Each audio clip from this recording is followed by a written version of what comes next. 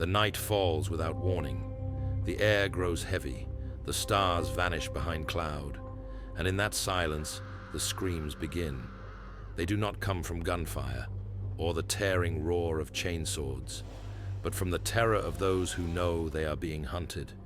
It is the sound of men breaking before they ever see their killers. There is no bolter shell yet, no blade drawn, only the whispered promise of what will come. Flayed corpses nailed to walls, skins stretched across steel, the laughter of killers who worship not gods, but fear itself. This is the creed of the Night Lords. To them, war is not decided by weapons alone, but by the collapse of spirit. Fear is their truest ammunition, and terror their most perfect art. If you wish to hear more stories whispered from the darkest corners of the Imperium, then remain with us. Subscribe, share, and let these words reach others before the dark finds them alone. In the beginning, they were not monsters. They were sons. They were the legacy of a Primarch, hurled screaming into the darkness of Nostramo, a world where crime was law and cruelty was survival. Konrad Curze grew to manhood with no family, but the corpses he dissected. No teachers, but the killers he hunted.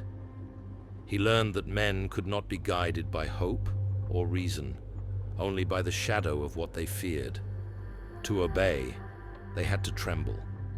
To remain loyal, they had to believe that disobedience would bring pain worse than death. When the Emperor found him, Curze brought this philosophy to war.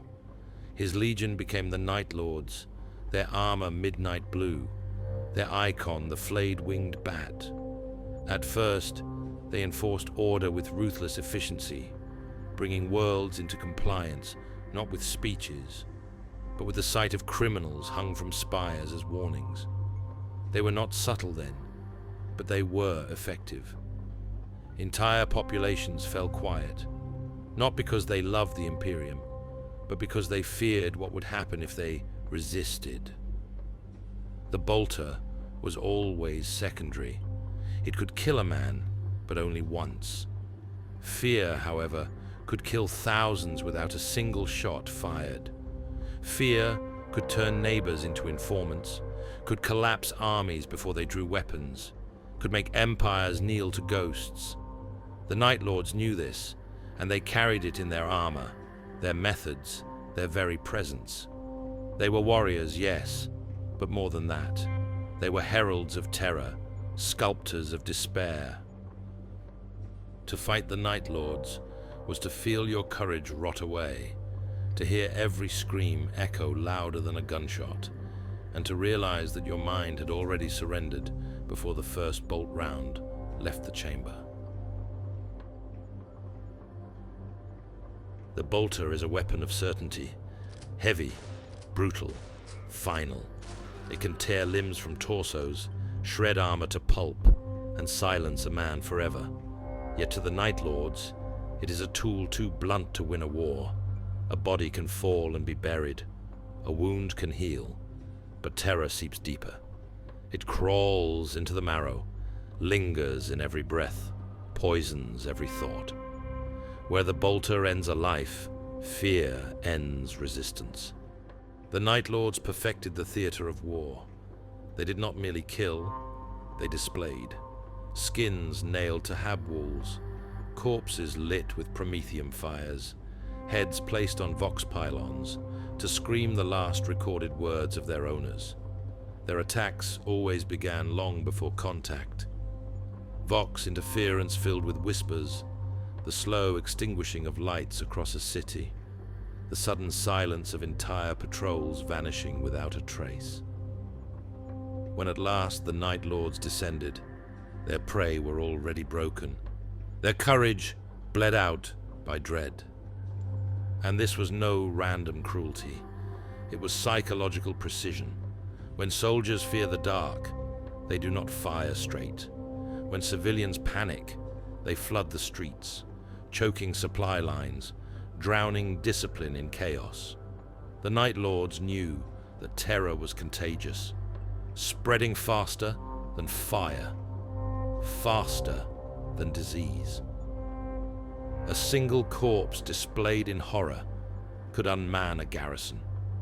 A single scream could silence an army. For them, fear was a weapon with infinite ammunition, one that cost them nothing to wield. Each victim became a message, each atrocity a broadcast of inevitability. And when the bolters finally roared, they were only punctuation to a truth already spoken. The battle had been lost long before the first shot. Konrad Curze is long dead. His broken visions ended on a blade he had foreseen and welcomed. Yet his sons endure, scattered warbands prowling the void. Their numbers diminished, but their philosophy untouched. Where other traitor legions fight for gods, for conquest, or for survival, the Night Lords fight to remind the galaxy of its own fear. They are not conquerors. They are reminders. They are the whisper that even when the bolter is silent, terror still breathes. Their legacy is not measured in territory held or battles won, but in memory.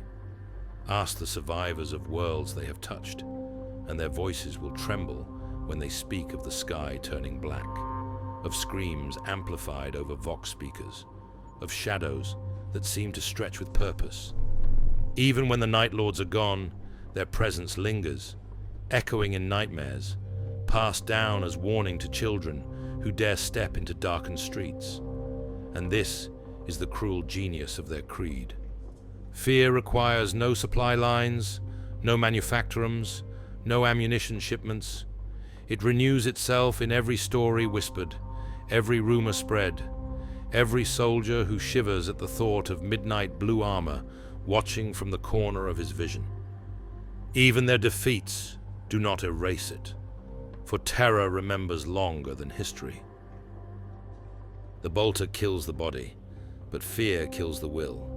And when the will dies, armies scatter, empires falter, and even the brightest lights of the Imperium flicker. The Night Lords know this. They have always known. In the end, their philosophy is simple, brutal and true. War is not won with shells or blades, but with shadows. And shadows, once cast, cannot be slain.